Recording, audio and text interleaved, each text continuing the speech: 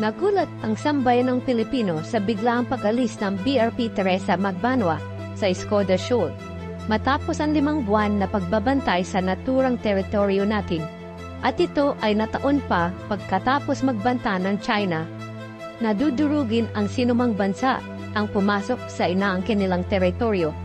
Ngunit nakakalungkot dahil nakakaranas na ng gutom at sakit ang Philippine Coast Guard personnel ng BRP Teresa Magbanua dahil sa mga ginagawang pangharas ng mga barko ng China.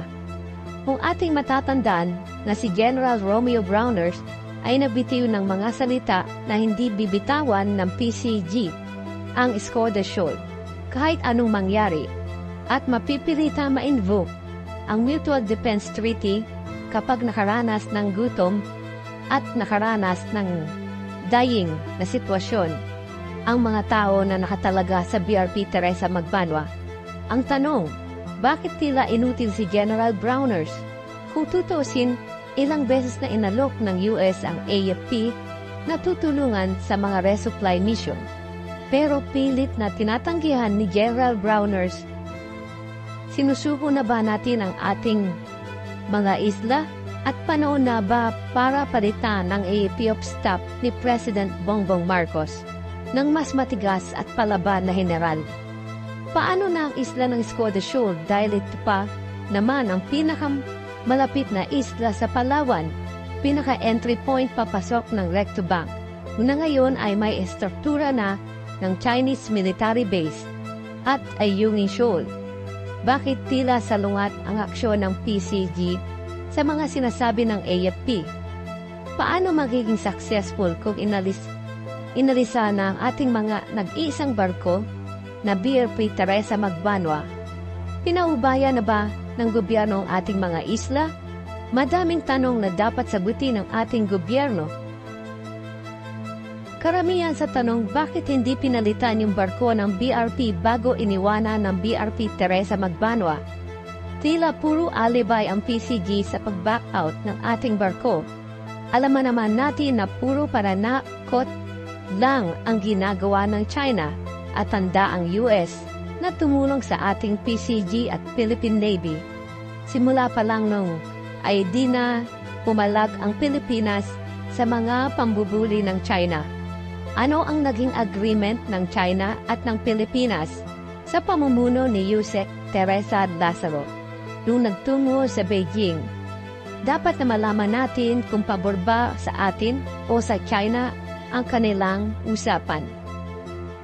Sa kabilang dako, ang Japan at ang US ay agad na naalarma sa kinonsulta agad sa Department of National Defense natin tungkol sa pag-alis ng BRP Teresa Magbanua. Ang Japan ay agad na nagpadala ng desalinator machine para sa filter ng barko para sa malinis na inuming tubig at materyales para makumpuni ang nasirang bahagi ng BRP.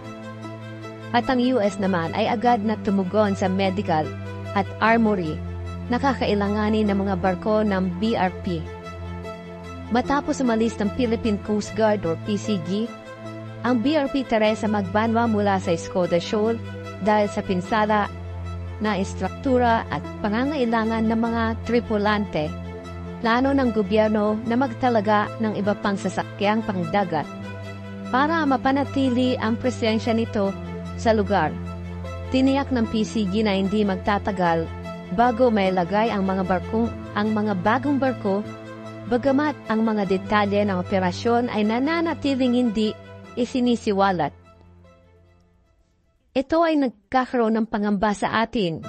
Kinakailangan ang pag-pull out dahil sa pagkasira ng barko at malapit na kondisyon ng panahon, ngunit idiniin ng mga opisyal na matagumpay na napigilan ng BRP Teresa Magbanua ang mga aktibidad ng China sa Escoda Shoal tulad ng illegal na reclamation at pagkasira ng ecosystem.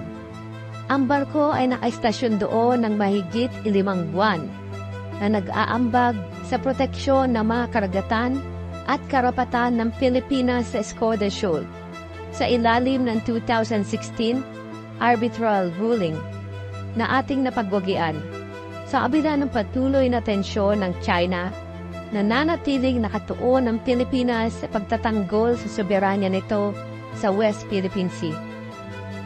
Nang dumaong ang BRP Teresa Magbanua sa isla ng Palawan, nagbitaw agad ng salita ang PCG spokesperson na si Commodore J. Tariela na ang Escoda Shoal ay hindi natin isusuko. Patuloy na babantayan at siguradong magpapadala pa agad ng bagong BRP ship na magbabantay sa Escoda Shoal.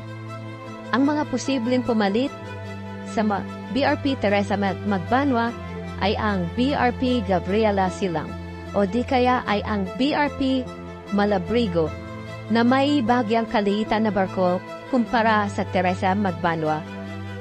Makakaasa tayong mga Pilipino na agad itong isa sa katuparan ng ating PCG at AFP.